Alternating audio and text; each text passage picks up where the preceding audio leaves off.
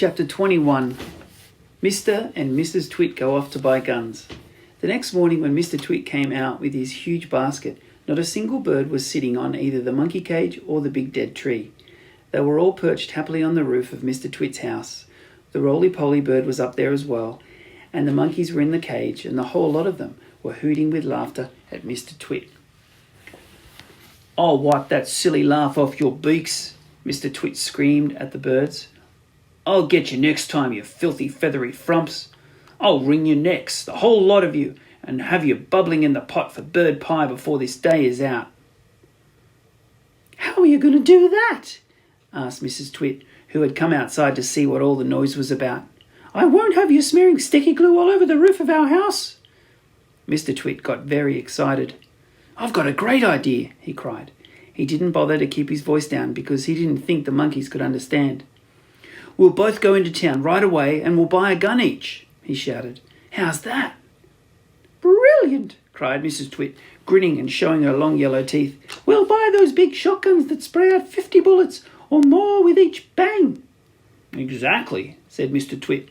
"Lock up the house while I go and make sure the monkeys are safely shut away."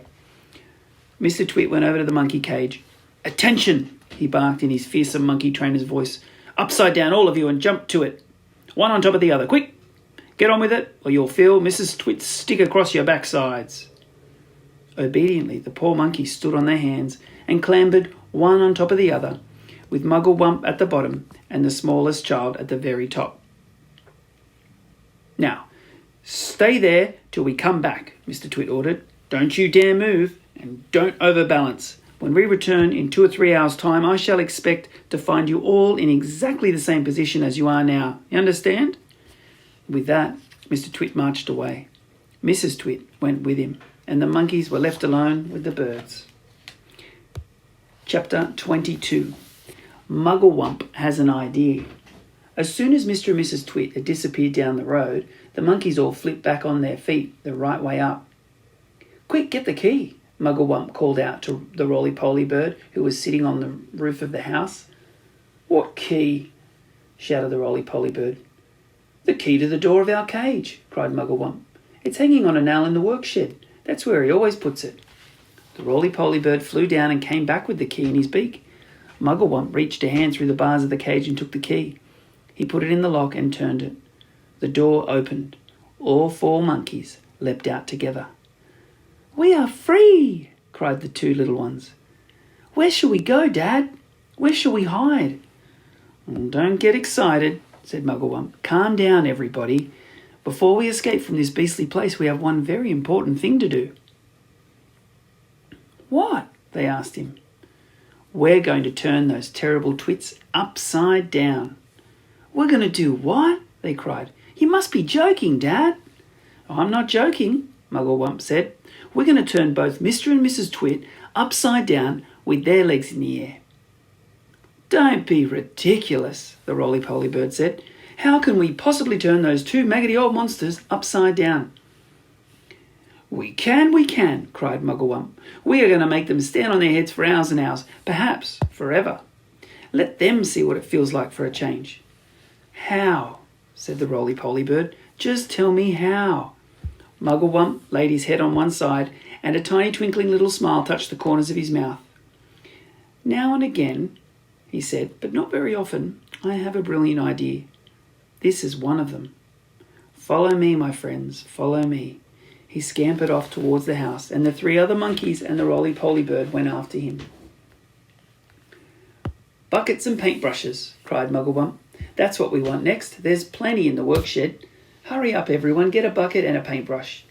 Inside Mr. Twit's workshed, there was an enormous barrel of hug-tight sticky glue, the stuff he used for catching birds. "Fill your buckets," Mugglewump ordered. "We are now going into the big house." Mrs. Twit had hidden the keys to the front door under the mat, and Mugglewump had seen her doing it, so it was easy for them to get in. In they went, all 4 monkeys with their buckets of sticky glue. Then came the roly-poly bird flying in after them, with a bucket in his beak and a brush in his claw. Chapter 23.